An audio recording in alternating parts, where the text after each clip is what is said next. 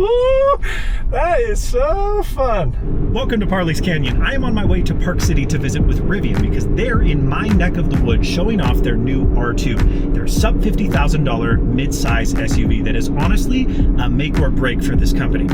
Because I've been in an R1S for a couple of years now. I am a Rivian owner and fan, but this vehicle, despite me having a lot of fun camping and road tripping and off-roading in it, it's ridiculous. It's really, really, really big. I mean, look at it compared to a Model Y and Model X, and it's really expensive. It's even more expensive than when I bought it 3 years ago, and it was expensive then. This is the vehicle that will make or break Rivian. Yeah, sure, they've got the R3, R3X, and other really cool vehicles in the future, but it doesn't matter if this one's not a success. The R2 is a hit and they sell a lot of them, then they're in good shape.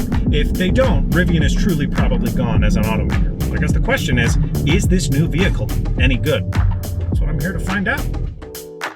So the R1 is big. The R2 is quite a bit smaller, but it's still a lot larger than other vehicles in this segment. Compared to a Model Y, it feels a lot bigger. Not because the wheelbase is that much longer, not because the car physically is that much larger, but you have a lot more height. You've got a much longer hood than you'd get on a Model Y. And one of the benefits here is that you have an absolutely cavernous front trunk that can fit a bunch of stuff. It automatically opens, but it uses gas struts. So to close it, you do have to lower it yourself, but it does have soft close. So you don't have to slam it shut. You don't have to be super careful about the way you do it. It works pretty well. My one complaint is that unlike this car, it doesn't open very high. And because of those gas struts, it takes its sweet time getting there. That being said, it is a true SUV. It's not like all the other blob crossover coupe cars that exist today. It is big, it is boxy, it is beautiful. Onto the driver's seat. These doors are electronically actuated, but they do actually pop out. This is great. Every time you get an electric car, you're like, how do I get in? How do I get out? There's just a door handle. You pull it and the door opens. It's pretty no nonsense. The seating position is really great. You've got a binnacle display in front of you that shows you your speed, shows you maps, you can see media and a bunch of other stuff. It's smaller than what you get on the R1, but it's totally serviceable. And then there's a beautiful main screen that also fits a bunch of content. The UI has been, frankly, pretty massively redesigned from the Rivians that are in the fleet right now. I think they're really continuing to hone in on their design language. Stuff looks good, it works well, buttons are in really easy to navigate spots. And while I do wish there were at least a few manual toggles down at the bottom, at least their software is in a good place. Then again, maybe I don't need toggles around the screen because Rivian believes the best controls in the car live right under your thumbs. These two dials on the wheel are not traditional dials. They're not really traditional buttons either.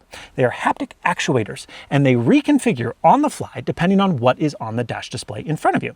So when I adjust the volume, each click is a tiny little notch, but if I jump over to fan speed, the steps get bigger. So the wheel itself tells my thumb how granular the control is. It's creating these artificial detents out of thin air. Run to the top of the volume or the bottom of the temperature range and the dial just springs back against your finger. You physically cannot crank past the end of the range, which is a weirdly satisfying way to feel a limit that you would normally have to look down to see. Purely done via software. Pretty amazing. But it's not all roses because these wheels do also function as buttons, and pressing the dial in without nudging the volume takes some practice. And pushing it left or right to, for example, skip an audio track was hit or miss for me. The promise here is essentially a limitless number of physical configurable buttons all over the air and always under your fingertips. And if Rivian nails it, well, I'm gonna love it. But I wasn't instantly convinced, and it wasn't instantly intuitive. I think it's just something that will take practice. Or it sucks. I don't know yet. One big change is the air vents. I hate the air vents in my Rivian. They never point directly at me. They drift over time. They're electronic, and part of me is just like, can we just put a little handle on things? Why do we have to make everything smart? Unfortunately, the R2 is still using louvered vents that are automatically actuated, but they copied Tesla pretty much, and I think that's the way to do it. You can shoot the air up or down, either directly at your face or to spread the vents out to shoot it off to the sides. If you're going to do automatic vents, I think this is the way to do it. And the air conditioning system and the compressor are really quiet, which is nice. I think my favorite thing about the R2 and what I was most impressed by is the seating in the rear. For reference, I'm 6'4", so that first of all gives you a pretty good idea of how tall this car is. But also, check this out. I can sit in the car I was really comfortable in the front seat. That would be my seating position, and I've still got multiple inches in front of me. I can put my feet underneath the seat, I can put them at the side. There is way more room in the second row than you will find in a Model Y, way more room than there is in a Rivian R1S in the much larger car that I have. One of the reasons we drive an EV9, that's my wife's primary daily driver, is because seats for infants and for children now are so huge, especially rear-facing seats. They are catastrophically large, and if you were a taller driver, it's not doable. My wife is 6 foot, and one of us has to compromise on being really uncomfortable in most cars with a car seat. But in this car, I legitimately think we could both sit wherever we wanted and we wouldn't touch the seat in the back, which is awesome. My only complaint is that the seat bench is relatively low, so my thighs are not really touching the seat at all. It's just the very tips of my buttocks. The trunk space is also really, really big, much bigger than what you would find in other vehicles in this segment. It supports native NACS charging, which is fantastic. The lid here is fully manual. No smart door, it doesn't pop out. You just push it open, it opens. You push it closed, it closes. There's a lot of stuff in this vehicle that is just manual, which I really like. It's more reliable over time. The second row seats, you just push a button and they flop down. There's no actuated servo, none of that stuff that's going to break down the line. It lowers the BOM costs, so it's cheaper for Rivian to manufacture. It remains more reliable over time, and frankly, in a vehicle this size, the stuff that's automatic is, and the stuff that doesn't need to be isn't.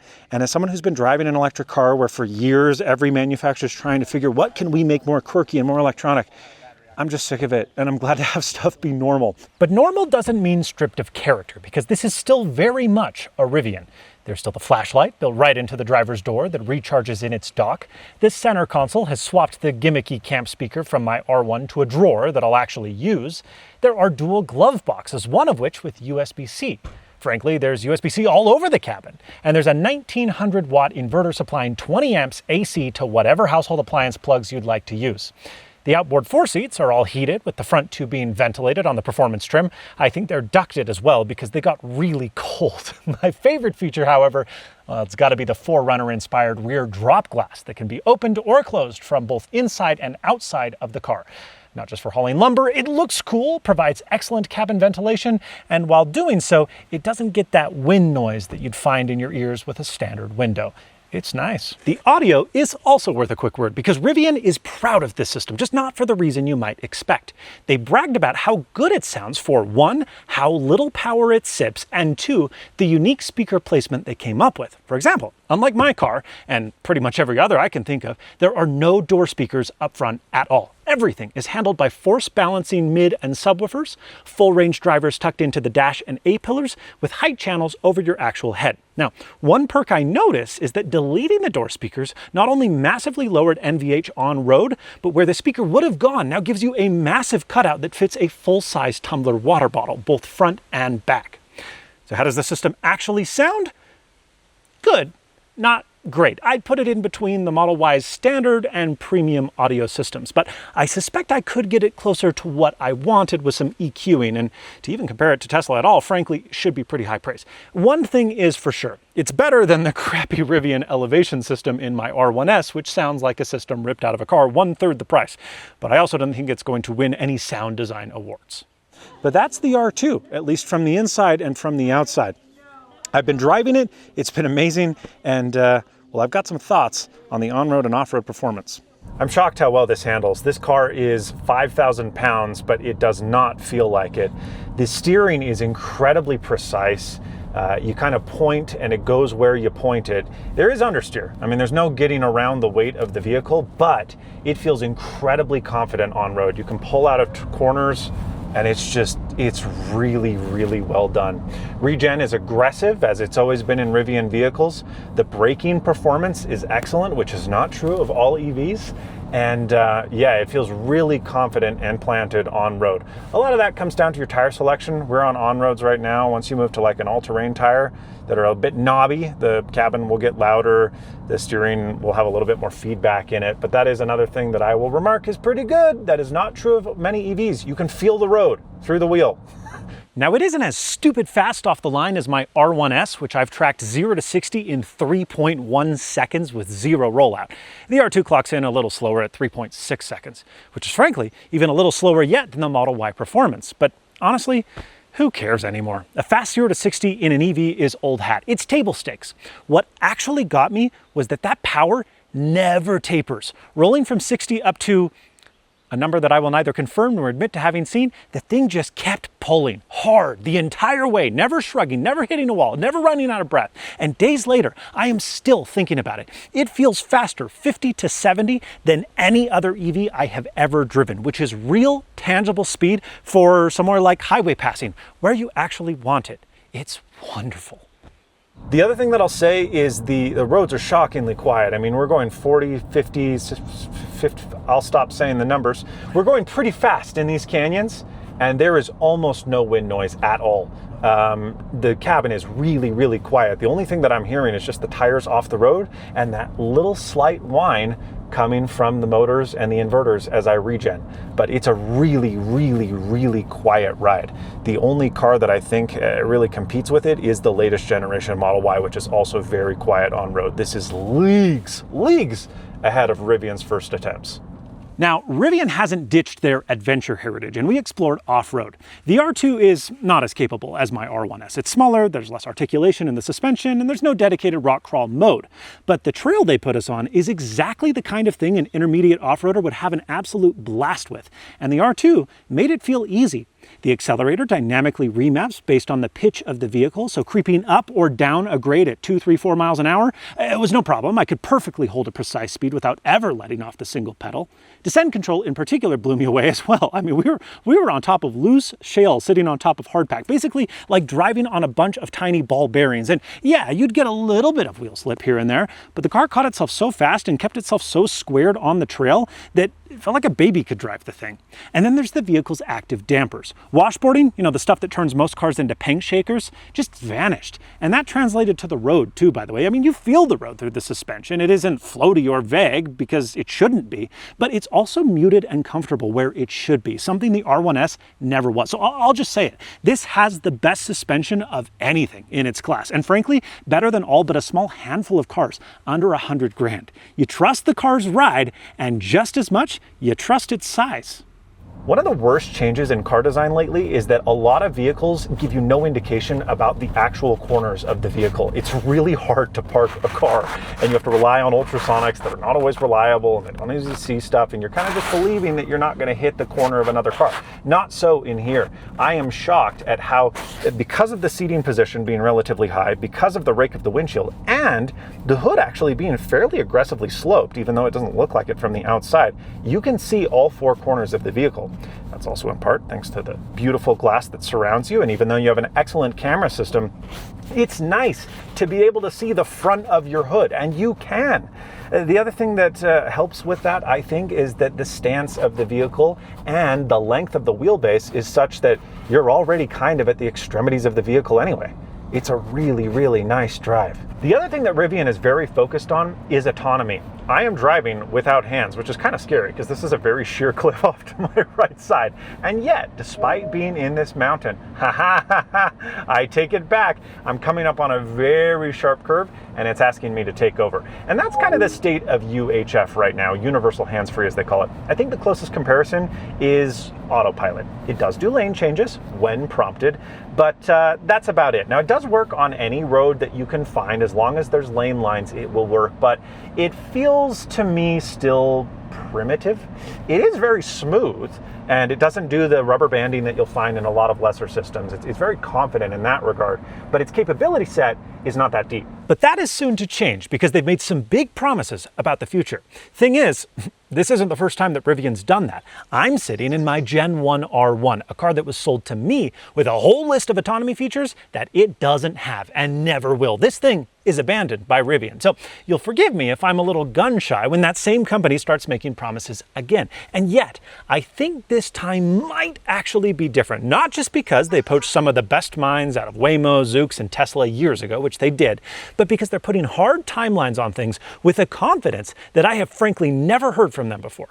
First, we've got the hardware, and this is Okay, so the car I drove, this launch edition, it runs the same compute that Rivian has been using since the 2024 R1 refresh. The genuinely new silicon they've announced, an in-house chip called RAP, the Rivian Autonomy processor, isn't in this vehicle.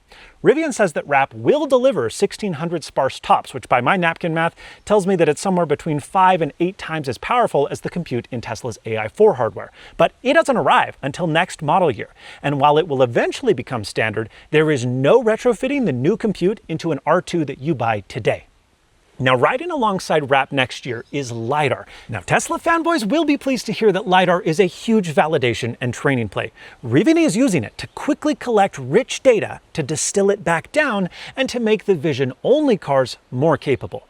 But that also buries the lead. When I asked James Philbin, SVP of Autonomy, on why LiDAR is there at all, his answer was blunt. RAP and LiDAR are what get you to the less supervised modes, a true level 3 eyes-off system. For now, Rivian believes you need the LiDAR and supplemental radar to get there. So, by their own logic, the thing that unlocks taking your eyes off the road may never be available on R2 models shipped this year. But then I also thought, scoreboard. I mean, Tesla is seemingly murdering Rivian and everyone else in the consumer autonomy race. Nothing is even close to FSD. Rivian says that it will begin public rollout of point-to-point autonomy this year to actual customers. As in, you put in an address, you hit go, and the car does the driving, FSD style. And on the old hardware at that. Now, every Rivian employee I spoke with was clearly media trained to report that timeline. And normally, you can get an engineer to hand you the real answer if you ask the right way. But here, almost nobody flinched. When I asked point blank if this was really going to happen, the answer was just universally, yeah, rollout begins this year. That's 6 months out. And consider where the system sits today. Hands-free lane keeping with lane changes only when you prompt them. Q3 of this year is supposed to add automatic lane changes and stopping at lights and stop signs. And then, by year's end, the leap to just put in an address and it'll drive you there, that is a massive jump, and on a timeline that even Elon Musk might hesitate to promise. Now, they did concede the edges. Having it back out of your driveway or park itself probably won't be ready. But on the core promise of address in, hands off, drive to the destination, everybody was saying this year, and nobody blinked when they said it. Third, and this is the part that matters if you're deciding between buying today or waiting for RAP. The feature list on this non-RAP car will probably track right alongside the RAP cars for a good long while. Point to point, the stuff shipping this year, that's all coming to the hardware that I drove, allegedly. But the ceiling is different. Philbin was clear that RAP and LiDAR are what unlock the eventual eyes-off confidence, not the feature set in general. So the gap might not be what the car can do, it might just be whether or not you're allowed to look away while the car does it. I'm skeptical. One thing I'm not skeptical about, pretty mediocre charging. See, it is like my car. The R2 uses a new structural battery built around the 4695 cell, giving the vehicle an 87.9 kilowatt-hour usable capacity on the long range. Now, Rivian quotes a charging peak around 220 kilowatts, but out of the real world, at a 55% state of charge, we were seeing about 150. A 10 to 80% charge is said to take 29 minutes under ideal conditions, according to Rivian. That's faster than the R1, but that's mostly because this is a much larger battery pack. It's frankly just fine, and it's frankly last gen. Now, it does hold its own against the Model Y, but the Model Y also has a mediocre charging curve, both pale next to what Kia and Hyundai are doing on the eGMP platform, as well as half a dozen other automakers. This is the biggest bummer about this vehicle for me. Then again, nobody seems to hold it against the Model Y, so maybe I'm just spoiled, and maybe it won't matter to a single other soul. I don't know, we'll see. So is it any good? Yeah, it's really good. But remember how I started this video. This car is the make or break for Rivian. And after a day with it, well, I think I finally understand why they're so confident. The R2 is built to be radically cheaper to make than the R1. I mean, Rivian is targeting something like a 45% cut in material cost, but without the car feeling cheap. And evidence they've succeeded is that they sold me. I'm buying one. This is the best car that I have driven under $60,000, but it's also darn near $60,000. At least to start. Rivian's doing the Tesla move, selling the high-margin cars first while demand is hot and working down market over the next year. Thing is, we got on a prototype of their sub-$45,000 standard model, and while a few bells and whistles had been removed to cut costs, it felt fundamentally the same, range and performance being the primary trade-offs. Frankly, that one, the genuinely affordable R2, is the one that I came away the least worried about. Because if it feels like the prototype I sat in, and it drives remotely similar to the launch edition that I spent the day in, it is going to be an enormous success, a true Model Y competitor. Maybe even a killer, the first ever. Rivian just has to survive long enough to be able to build it. And that starts today, now, with those fancy pants R2s. Good luck, Rivian. Thanks so much for watching, and as always, stay snazzy.